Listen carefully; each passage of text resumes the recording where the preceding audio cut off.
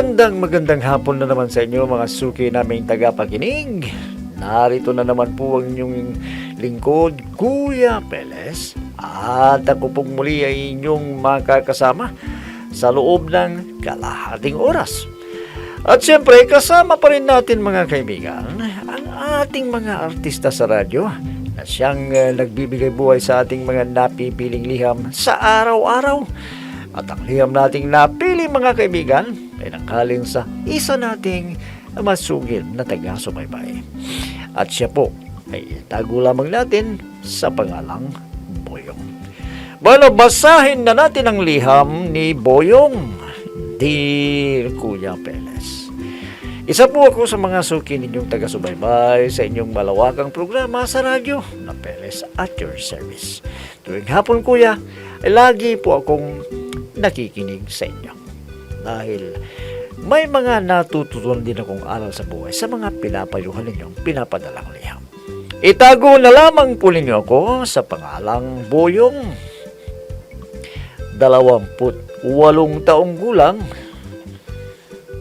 At kaya po ako lumiham sa inyo dahil gusto ko rin pong humingi ng payo. Para malinaw sa inyo kuya, ganito po nagumpisa ang lahat. Kuya Peles.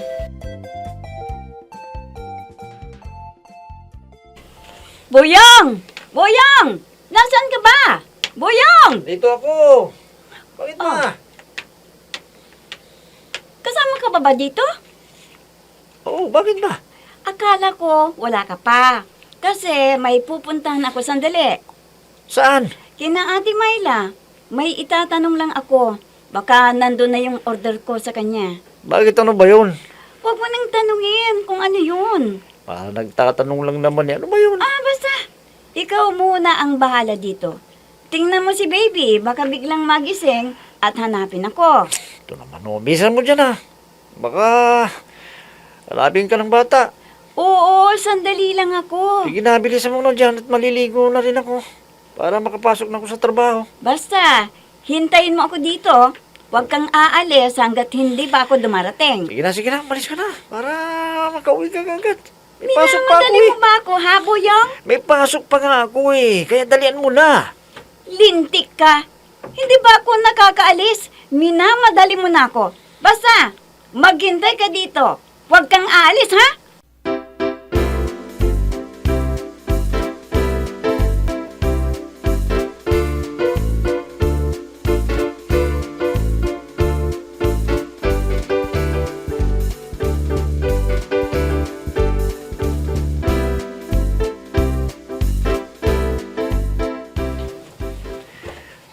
Inay, sumaglit nga kayo sa bahay sandali. Papasok na ho ako Bakit? Nasaan ba yung asawa mo?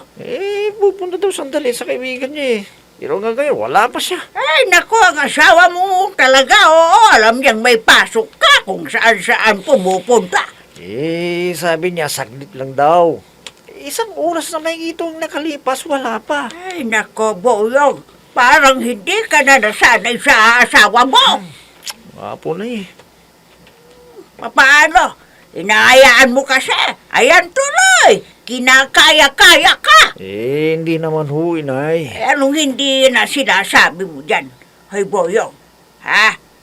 Madalas kong marinig na inuutusan ka ng asawa mo kahit kararating mo lang galing trabaho. Ayan yun, inay. Talagang ganun ang mag-asawa. Nagtutulungan. Kaya, hayaan nyo na. Alam mo, nung nabubuhay pa yung tatay mo, hindi ko inuutusan yun. Ako mismo ang nagtatrabaho kahit ganitong matanda na ako. Ikaw, hinahayaan mo. Wala sa akin ba?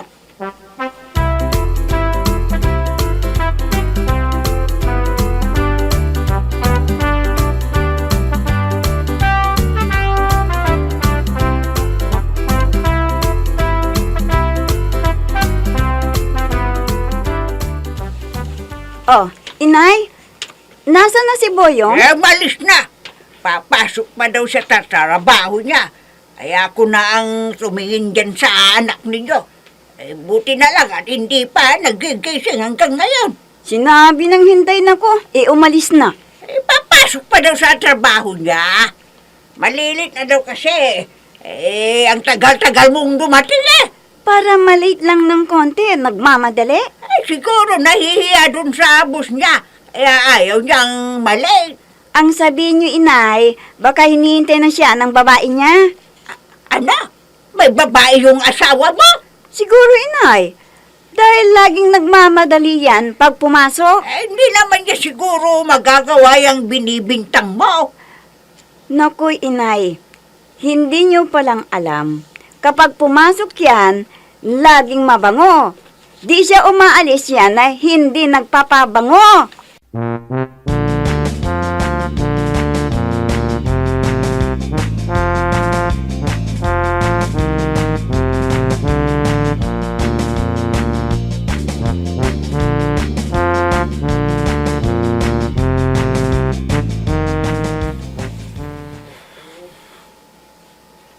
Madalas yata ngayon na halos balik ka pare ah. Bakit ba?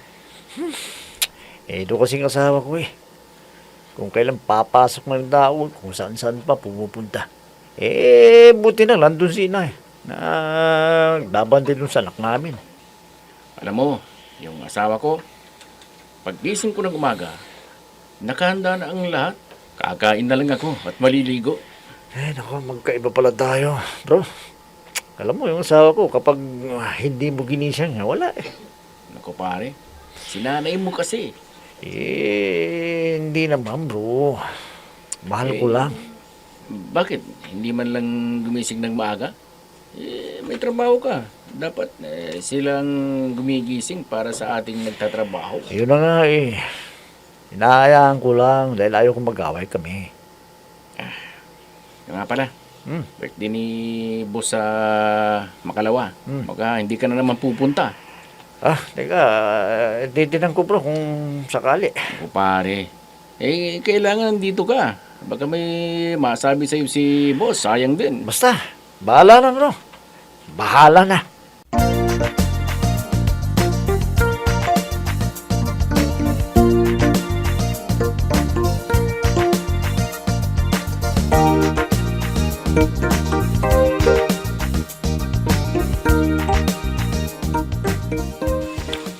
Boyong, bukas Makalawa, darating yung pinsan ko, galing ibang bansa. Baka tawagan ako bigla, may pasalubong yun sa akin. Teka, ba't di kasi ng boss namin eh? Baka may masabi sa akin yun. Ano ngayon? Kung birthday niya, wala akong pakialam. Basta dito ka na lang sa bahay. Sayang din ang pasalubong niya sa akin. Ang taga din naming hindi nagkita eh. Lena, baka may masabi kasi si boss sa akin eh. At isa pa, may regalo din yun. Bibigyan niya kami ng mga tauhan niya. Hayaan mo na yan. Ibibigay din sa'yo yon. Para sa'yo yun eh. Itong pinsan ko madalang magbakasyon. Kaya sigurado, may pasalubong ako sa kanya. Paano kaya ito? May masasabi sila sa akin ito. Kanino ka takot? Sa akin o sa kanila? Ha, Boyong?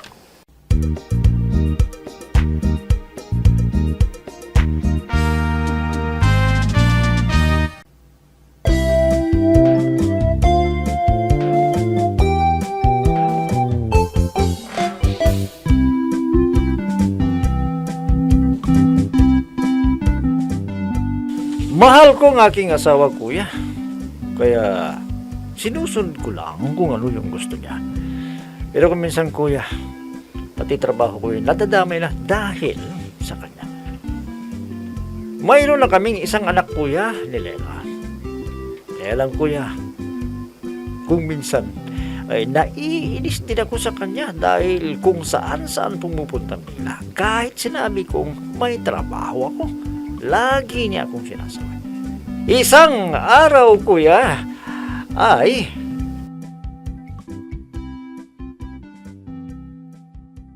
Long time no see, pinsan. Lalo kaya itong gumaganda. O ano, kumusta ka na? Ilan ang anak mo? Isa lang eh. Ikaw, wala ka pa bang balak na mag-asawa? Nako, Hayaan mo muna yan. Mag-iipon muna ako, no? Bago mag-asawa. Hanggang ngayon pa ba? Kayo pa rin ni Darrell? Oo, nandun pa rin siya sa Israel. Kaya lang, magkalayo kami ng lugar na pinagtatrabahoan eh. Di ba may gulo pa rin hanggang ngayon? Malayo sa amin ang gulo. Ganon din si Daryl. Buti pa kayo, nagpapayaman na dalawa. Hindi pa kayo mag-asawa, pero marami na kayong ipon. Matagal na naming pinag-usapan yan. Kaya hindi pa kami nagpapakasal na dalawa. Kailan nyo naman balak na magpakasal? Matagal pa. Ito pa lang pasalubong ko sa'yo. Ito, oo. Naku, thank you very much, pinsan, ha? Wow, ang ganda naman nito, ha? At wow, may relo pala. Salamat, pinsan, ha? You're welcome, Insan.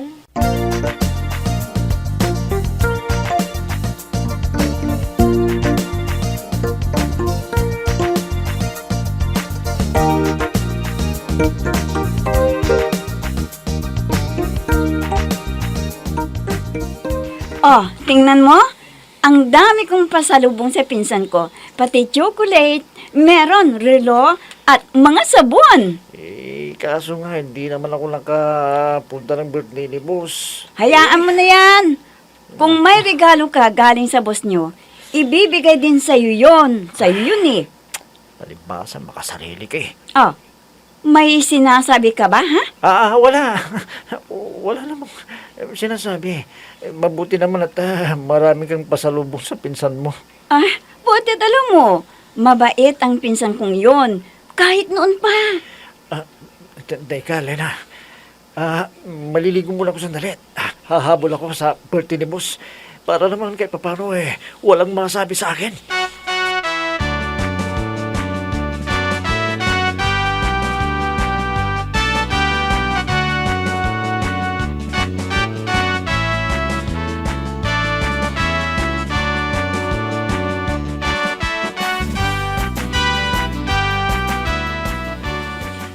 Ako pare, buti nakahabol ka. Bakit ngayon ka lang?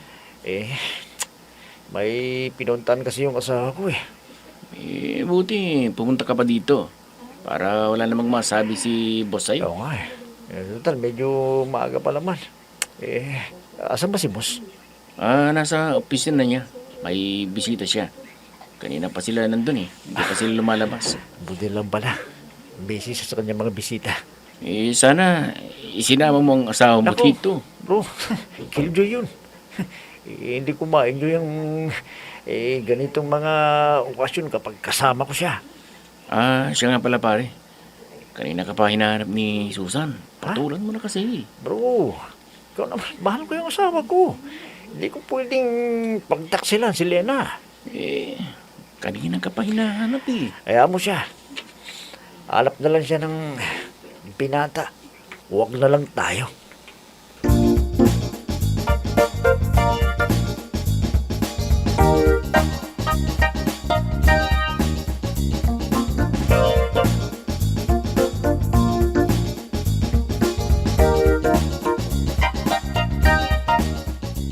Ay, anak, totoo ba na may babae ka? Oh? Nay, sino naman ang nagsabi sa inyo na may babae ako? Ang asawa mo mismo na may babae ka raw. Nay, hindi totoo yan. Hindi totoo may babae ako. May nagkakagusto sa akin pero hindi ko kayang pagtaksilan si Lena. Dahil balo ko siya. Kahit ganyan siya. Sobrang mahigpit sa akin. Ganun ba? Pero minsan alam mo, sumusubra na siya. Kapag hinayaan mo na inaandun ka niya, ay, mamimihasa yan. Inay, Tignan mo yung ginagawa niya sa'yo. Kapag may gusto siyang puntahan, kahit may trabaho ka, umaalis. Papaano ang trabaho mo? bayaan nyo na yan, Nay. Ko anak, babae ako, pero hindi dapat ganyan ang ginagawa ng asawa mo sa'yo. Dapat paminsan-minsan, bigyan mo din siya ng gulpe, diguan. Inay.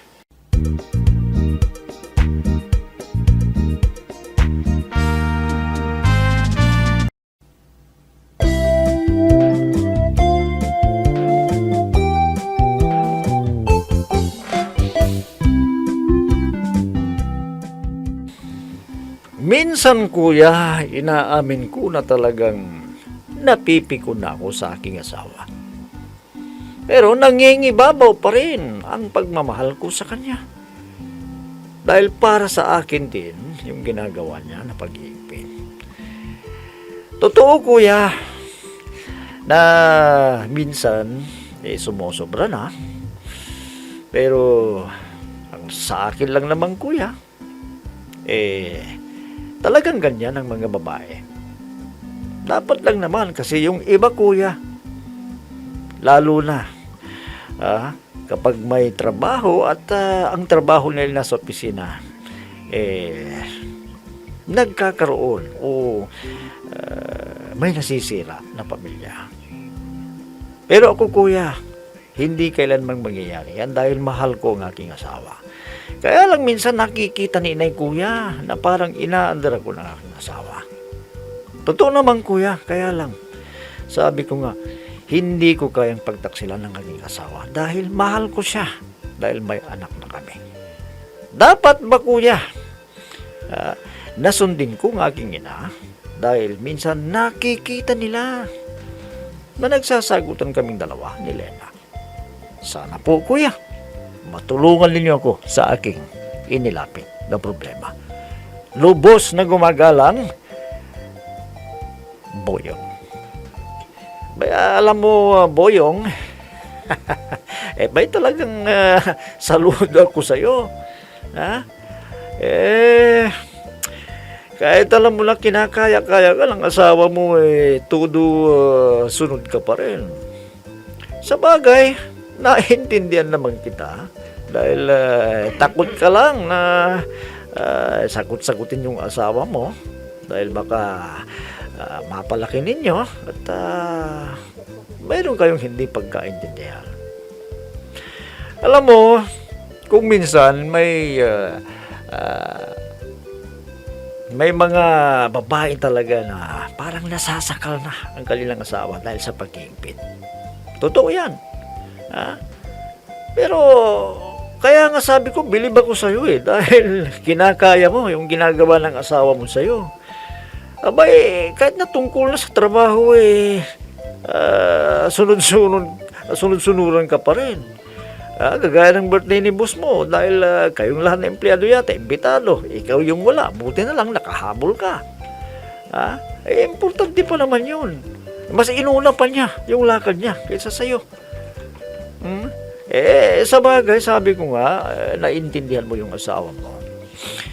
Pero minsan, huwag namang lahat umaayon ka sa gusto ng asawa mo. Bigyan mo rin, tama yung nanay mo baka mamihasa at ang mangyayari nito parang ikaw yung sunod-sunod na sa kanya. Hindi naman sa kanya. Hindi ko rin sinasabi na saktan mo yung asawa mo. Paminsan-minsan naman sawayin mo at kung alam mo ikaw ang tama, ipagpilitan mo rin. Mahirap yung kasi yung kaunting bagay sunod ka ng sunod. Paano naman yung para sa sarili mo? Bigyan mo rin yung sarili mo ng ibig ko sabihin kung may importante kang pupuntahan at nataon na may pupuntahan din siya, makiusap ka sa asawa mo na huwag mong pagbigyan. Dahil kapag ginawa mo yan, na lagi na lamang yung sinasabi niya, sinusunod mo, talagang mamimihasa. Ang mag-asawa, Boyong, dapat nagkakaintindihan niyan. Give and take, ika nga. Pagbigyan ng isa't isa. Yun ang tamang pagsasama ng isang mag-asawa para malayo sa pag-aaway. Siguro, dapat kausapin ng nanay mo si Helena at ipaliwanag yung tamang pagdisiplina sa iyo ng asawa mo. Nang sa ganun maiwasan ang pag-aaway. Hindi natin masasabi na baka sa mga susunod na araw mapikon ka at masaktan mo siya. Huwag naman ganun. Kunin mo sa magandang usapan. Huwag sa mataas na paraan. Bueno, yan na lamang siguro ang masasabi ko sa iyo, Boyong. At salamat nga pala sa iyong pagliham sa ating programa.